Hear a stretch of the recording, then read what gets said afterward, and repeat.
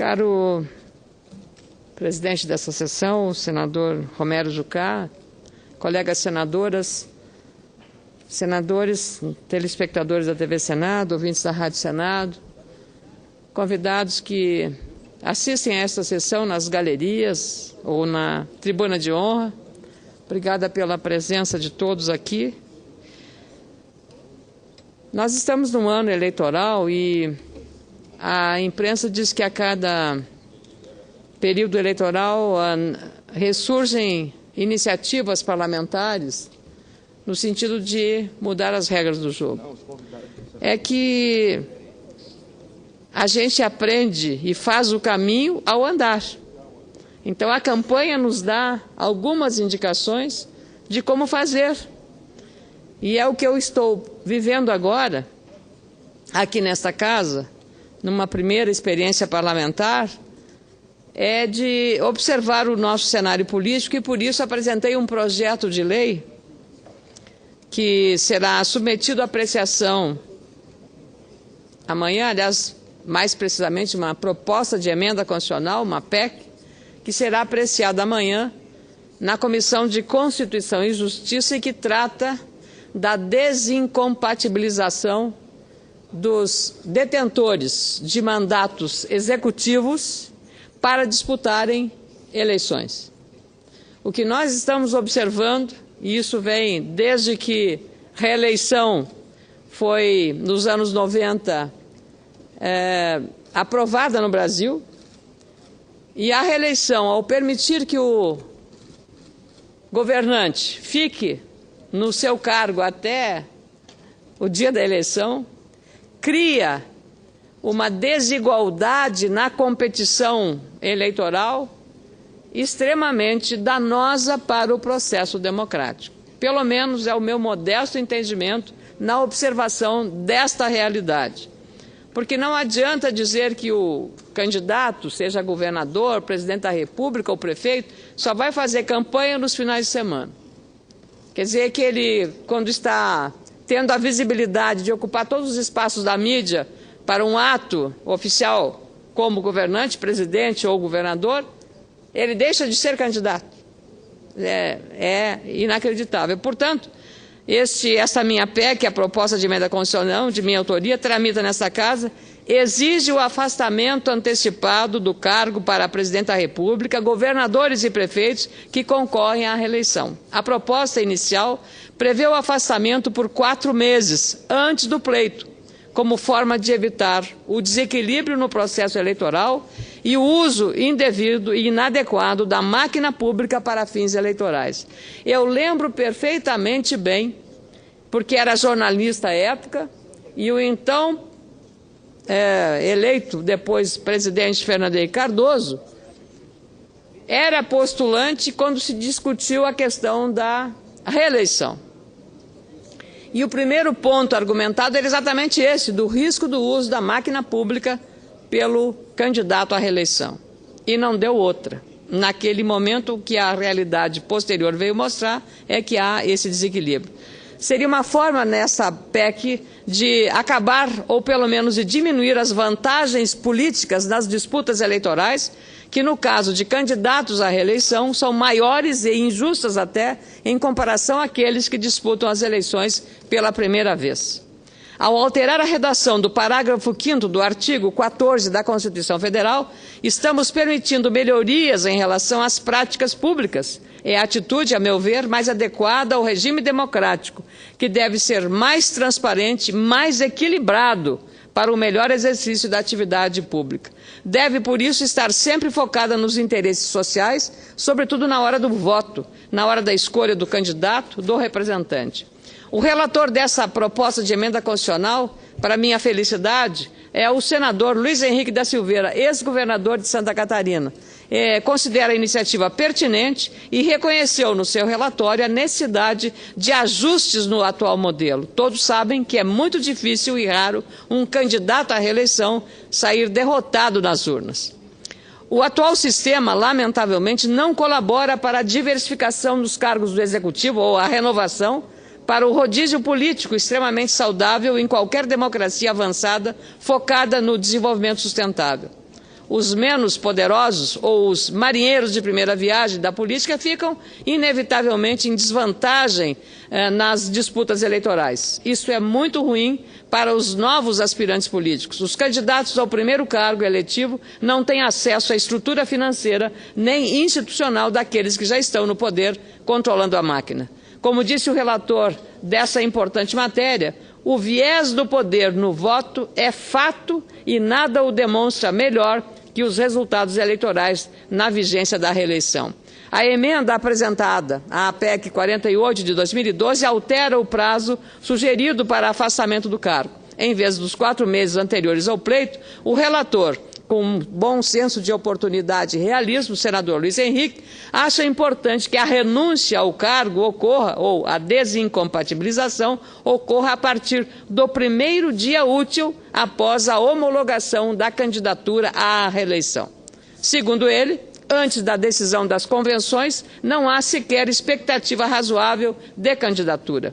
As candidaturas só passam a ter existência formal e efetiva depois de homologadas. No formato proposto inicialmente nessa minha PEC, o licenciamento ocorreria antes das convenções partidárias, anterior ao pedido de registro das candidaturas e antes mesmo da homologação das mesmas. Por isso, em seu relatório, o senador Luiz Henrique altera o prazo de desincompatibilização obrigatória. Na avaliação do relator, a saída terá de ser feita no primeiro dia útil após a homologação da candidatura. É preciso reconhecer, claro, a necessária equidade nas condições de competição eleitoral. Quando um dos competidores é o titular do cargo em disputa, com a capacidade de decidir sobre os temas centrais de interesse coletivo, automaticamente o equilíbrio deixa de existir, pois, obviamente, quem está no comando ou no exercício do poder terá maior possibilidade de mobilizar os interesses em favor da sua própria campanha à reeleição. Portanto, é um argumento a ser considerado desde que a essência da proposta seja mantida, o distanciamento do cargo público antes de uma nova disputa eleitoral.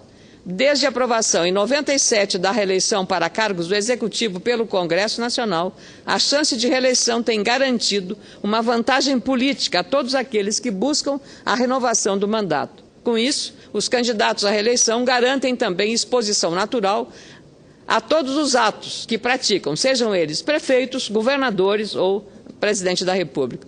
É uma forma de publicidade que tem sido utilizada nos últimos 16 anos por todos os presidentes, mesmo aqueles que mais combateram a reeleição.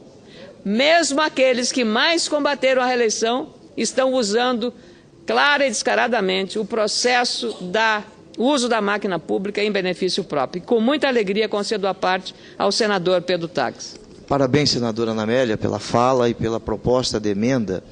Por ocasião dos debates da PEC que resultou na emenda 16 em 1997, 2 teses existiam. A primeira delas é que o candidato à reeleição ele deveria continuar exercendo o mandato em homenagem ao princípio da continuidade do serviço público.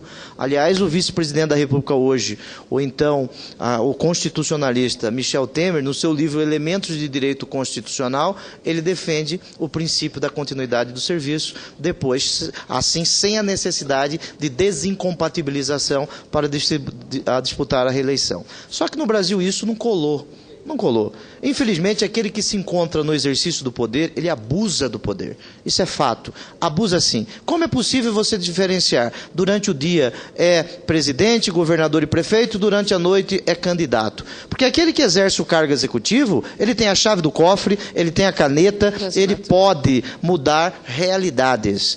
Existem várias definições para a democracia.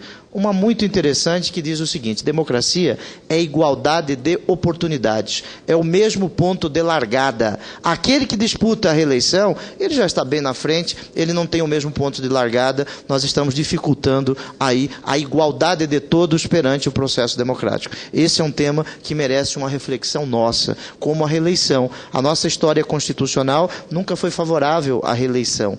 Nos Estados Unidos tem a reeleição. eleição. Os Estados Unidos, muitas vezes, não pode ser exemplo para nada. O mimetismo da sociedade americana. Copiar a Constituição americana, mas não copiar a sua cultura, a sua sociologia, a sua história, não adianta absolutamente nada. Parabéns pela PEC. Muito obrigada.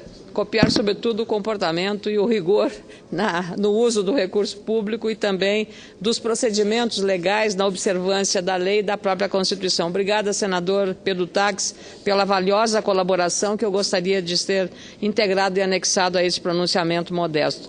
Penso oportuna a discussão dessa matéria, sobretudo neste ano, quando teremos as eleições. Temos que aproveitar o primeiro semestre para avançar com esse debate. Penso, inclusive, que o assunto contribui para maior transparência e, claro, uma equidade nessa disputa, pela melhor gestão do gasto público. Ao afastar o candidato à reeleição de forma antecipada às eleições, as chances de uso do recurso público ou da máquina de governo para qualquer nível, para fins eleitorais, serão reduzidas. Pode não ser esta forma ou a reforma política tão sonhada, tão exigida por todos, mas é um começo razoável. Não podemos deixar nas mãos do Judiciário todas as decisões sobre questões eleitorais e políticas, como vem acontecendo agora. No fim do ano passado, o Supremo Tribunal Federal começou a julgar uma ação que questiona as doações de campanha por empresas privadas. Por isso, a importância de novas e claras regras, inclusive e com a antecipação devida, sobre a questão eleitoral. É um bom debate para se fazer neste momento. Acho, inclusive, que essa proposta permitirá maior transparência, se for, de fato, colocada em prática e aprovada por esta Casa. Hoje, o economista Gil Castelo Branco, que também é fundador da organização não governamental Associação Contas Abertas, publicou um artigo no jornal O Globo que fala justamente da necessidade de evitarmos a transparência de meia tigela, como fala o senador Pedro Taques. Como sabem, na semana passada, após pressão da sociedade, 467 deputados federais votaram nominalmente a cassação do mandato do deputado Nathan Donadon, que havia sido absolvido antes, mas por um fator fundamental. O voto nesta segunda votação foi um voto aberto. E antes era um voto secreto. Daí a relevância também dessa iniciativa tomada pelo Congresso de determinar que todas as votações, inclusive os vetos que apreciaremos hoje, tenham que ser voto aberto. Isso ocorreu 6 meses depois de considerarem natural manter como colega um condenado pelo Supremo Tribunal Federal. Houve uma mudança radical de opinião.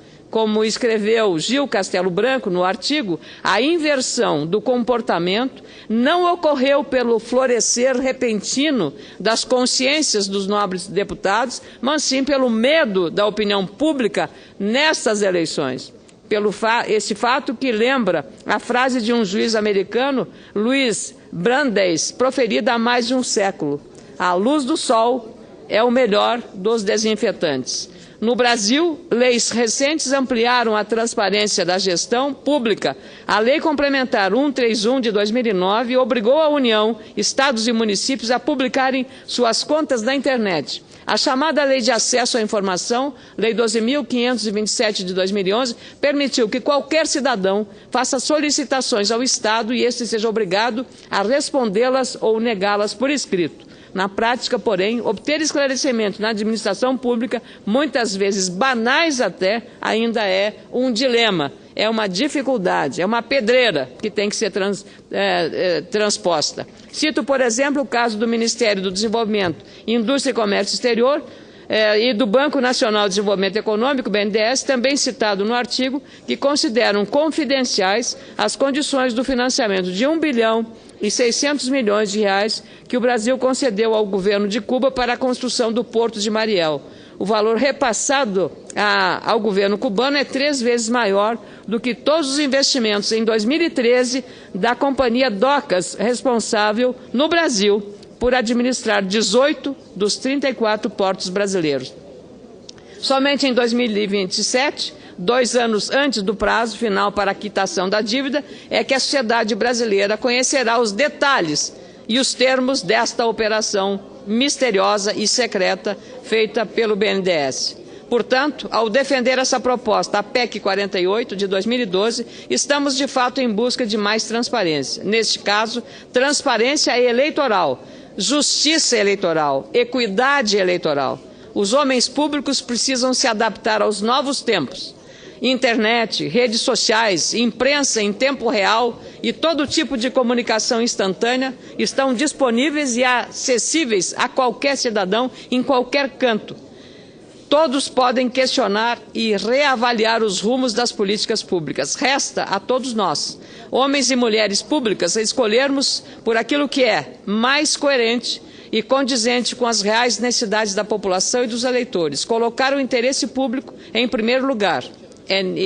Neste caso, respeitar os direitos individuais e permitir que as urnas reflitam realmente os anseios da população, da maioria. Como eu disse, com mais justiça e com mais equidade. Muito obrigada.